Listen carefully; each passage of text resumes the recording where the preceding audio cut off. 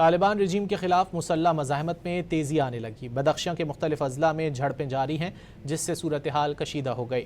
صوبہ بدخشاں کے اضلاع یفتل اور زباق میں ہونے والی جھڑپوں نے طالبان رجیم کے افغانستان پر کنٹرول کے دعووں پر سوالات اٹھا دیے۔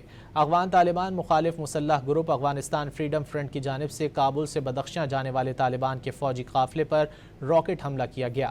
حملے میں 7 اہلکار ہلاک اور 6 سے زائد زخمی ہو گئے۔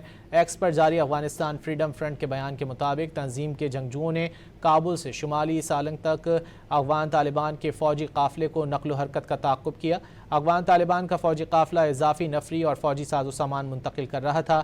اس سے قبل ہفتے کے روز بدخشاں کے ضلع زباق میں بھی تنظیم کے جنگجوؤں نے افغان طالبان کے 2 فوجی ڈرونز مار گرائے تھے۔ جمعے کو جنگجوؤں نے افغان طالبان کے ہیلی کاپٹروں کو واپس جانے پر مجبور کر دیا تھا۔ افغان صحافی بلال سروری کے مطابق فریڈم فرنٹ کے مسلسل کارروائیاں اور ڈرون حملے ان کی بڑھتی ہوئی جنگی صلاحیت اور تیاری کا ثبوت ہیں۔